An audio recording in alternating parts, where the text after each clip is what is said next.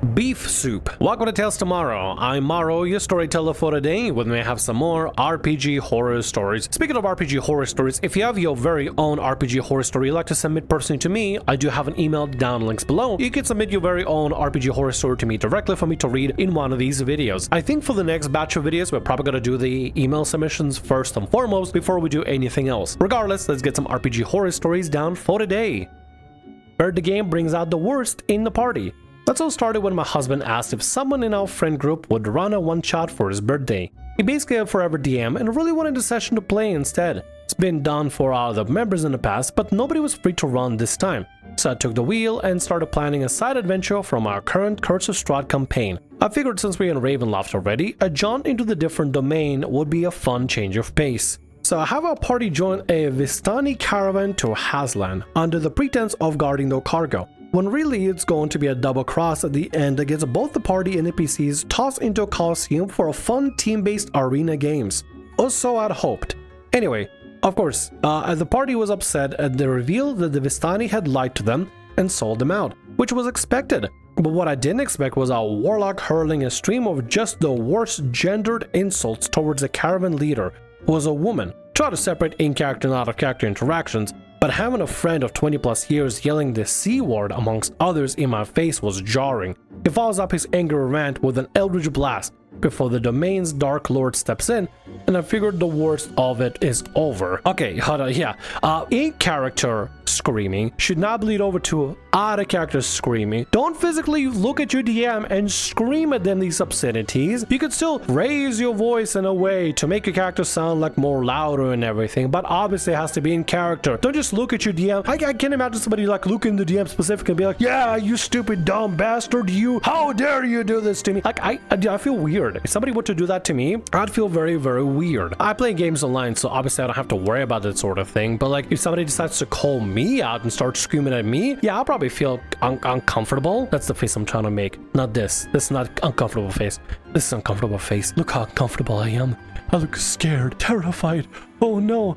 Don't scream at me. I'll cry. Maybe fart a little. Hazlan's Dark Lord, Hazlik, is one of the few canonically non-straight antagonists in the setting. It's not something he disclosed in the party, but he's branded as such by Thayan tattoos. Our Blade Singer was originally from Faerun and had faced the Red Wizards in the past, and rolled high enough to decipher the markings. He immediately starts reading them aloud, which of course does not sit well with Hazlik, but he brushes off the insult. The Warlock chimes in and begins telling Hazlik what kind of acts he will do with the male Vistani guard, then keeps on going with it and asks Hazlik if he tops or bottoms, in much more crude terms. My first post even got flagged, just for alluding to what he said. Honestly, at this point I'm shocked. I wrap up the session and tell them I will pick up next week, but now the wind is just gone from my sails. That was just supposed to be a setup for a rival team in arena games. Even had props to put on the map where they'd be competing to ride a saddle on a giant beast and destroy targets for points. And I'm just sitting here feeling bad that my friends might not be the kind of people I thought they were. I'm wondering if this is worth continuing. Only if you guys can get together before session and discuss about this thing out of game, because I feel like this is something that needs to be addressed. Suddenly out of nowhere, your friends are being aggressive to say the least, I suppose, and being a little bit, I don't want to say necessarily edgy and stuff. I mean, listen, if it's done in character, it's done in character because people are just having fun and having a gay old time role-playing the character being a bit of a rude bastard or a bit of a rude bitch. But yeah, if it makes you feel uncomfortable, you should probably bring this up to your players just in case. Like specifically what makes you feel uncomfortable, like being screamed at by a player like directly towards you as if like you were the bad guy all of a sudden. That would make me feel pretty uncomfortable as well. I feel like this is one of the situations where you need to get together with your players before running the next game, talk about the matters at the table and making sure that things are clarified. This is like out of character or in character, especially if it's like, done in this specific aggressive way. If you feel uncomfortable, you need to let your players know that why you're uncomfortable and what they can do about not continuing this uncomfortable feeling and go from there. Have a discussion as a group, decide together, figure out together how to continue on from there. Otherwise, the only other solution I suppose is you could probably just cancel the game entirely and stuff without any explanation, but I feel like we just create more drama. Honestly, I would say just talk it out with the players and let them know exactly where you feel uncomfortable and just kind of go from there. Let's move on to the next story for today. Funny NPC with the wrong DM. That was a 6th D&D campaign I've ever played, so by this point I had pretty good understanding on how the game works, even if people I played with had a tendency to bend the rules. After our old DM had to stop DMing for personal reasons, Unrelated to the post, one of my quite close friends at the time volunteered to be our new DM. At first it seemed fine. She did loads of planning and we all had good characters, and there was some really good puzzles. The problem was when my character, whose flaw was the urge to consume things that looked magical, drank a bottle of sparkling blue liquid. My character began to gradually disintegrate, and by the start of the next session, several teeth and fingers were missing. And the DM made it very clear that if my character didn't also consume the antidote very soon, they would die. That was maybe 4 sessions into the campaign, and I really liked the character I was playing, so I didn't want them to die. She said that my character saw a bottle on the floor with the word cure written on it, and also told me that there was every likelihood that it was a trap or something from wherever BBEG was. At least would have been if he didn't kick her out of DMing. Or at least would have been if we didn't kick her out of DMing. Thing is, she was exactly the kind of friend that would constantly mess with you even when we were genuinely asking her to stop. So I don't think it was unreasonable to not immediately trust it. I decided to give a few drops of it to the NPC that had hired us because none of the party really liked him anyway. He was just meant to be a funny NPC, but it was really poorly executed. DM then told me that he drank the entire bottle, and the only way to stop my character from dying now was to tongue kiss him. I, along with the rest of the party, thought this was really weird, and said as much. DM was very insistent that this was the only way to stop my character dying, and I couldn't tell if she was actually going to kill my character if I didn't do it. Oh no, the NPC drank the funny haha important potion that's clearly there, even though I gaslighted you guys to think that it wasn't an actual potion. Oh, the BBG convened left a potion of the cure and stuff.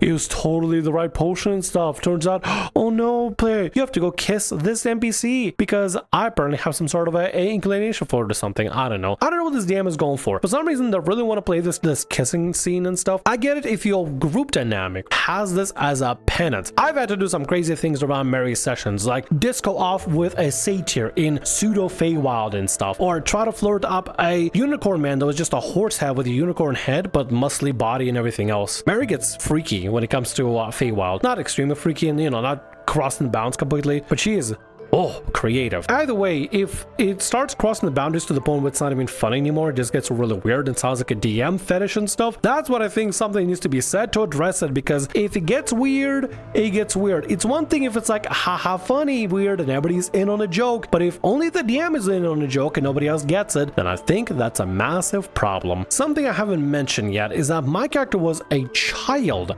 And the funny part about this NPC was that he was that was funny? By whose standards? The DM's? The DM said it was funny? Huh? Also, you probably shouldn't be playing a child character unless the group is cool with that sort of thing. Honestly, it's just a recipe for a bad situation for DM to pull something like this. But also, in other words, I had to roleplay my child character being sexually assaulted because otherwise she would kill off my character 4 sessions into the campaign.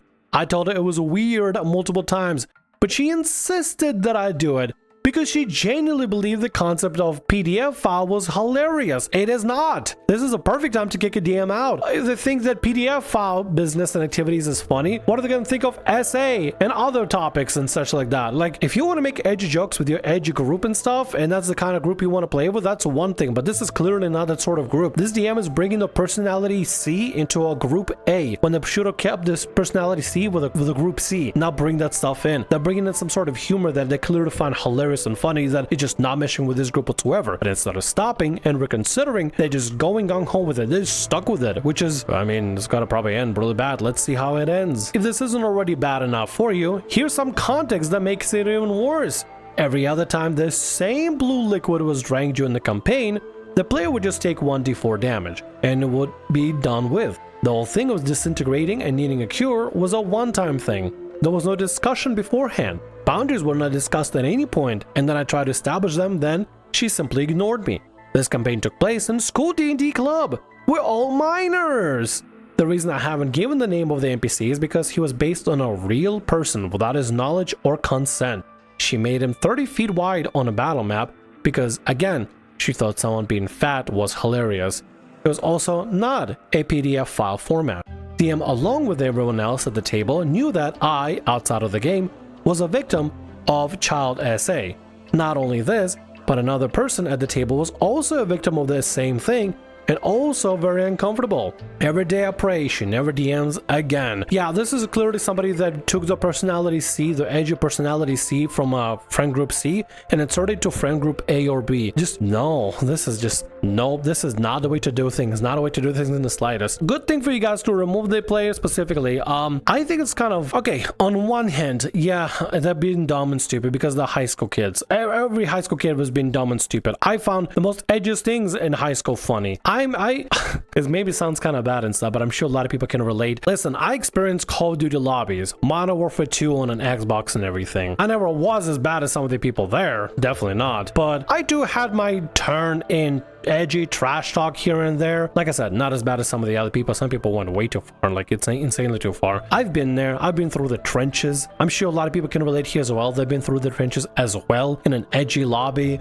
in a League of Legends lobby, in a Call of Duty Modern Warfare 4 for Xbox lobby, in Halo 3 super edgy Sunday night kind of lobbies where people are just constantly rattling on each other and stuff. But never in my years have I been around people that specifically made fun of PDF file things while they were minor as well. I get it, high schoolers are dumb. We all did stupid dumb things. This I feel like is very insensitive for the player to bring up, considering the fact that this wasn't cleared during session 0. This wasn't clear with the rest of the table. That players here that are voicing complaints and the DM ignores it, knowing full well that apparently some of the members in the group also have trauma related to this specific, topic, this PDF file format topic. So the smart thing would be to not do it, but apparently the DM thinks it's just so funny that they have to insert it because it's just so haha hilarious funny and stuff. Listen, different groups will handle different things specifically. If you have a group that, I don't know, God forbid, finds it funny and stuff, then sure, I guess. I don't care what happens at your table. I don't care what happens at your tables. If you have a table full of edgy people, so what? I don't care. I'm not playing at the table. I don't care for that sort of thing. But if I'm playing at the table and something,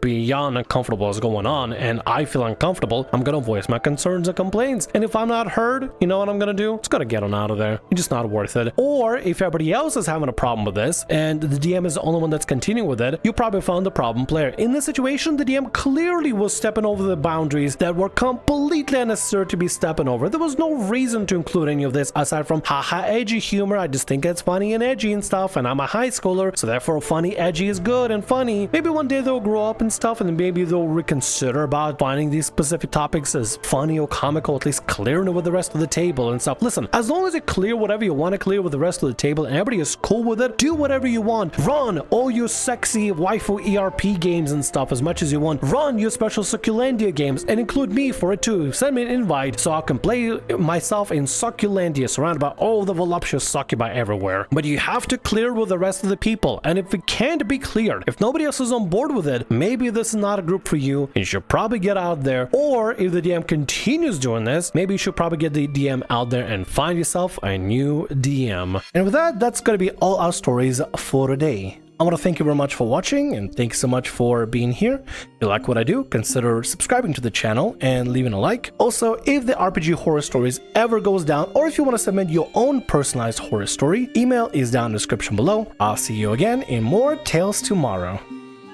Bye-bye.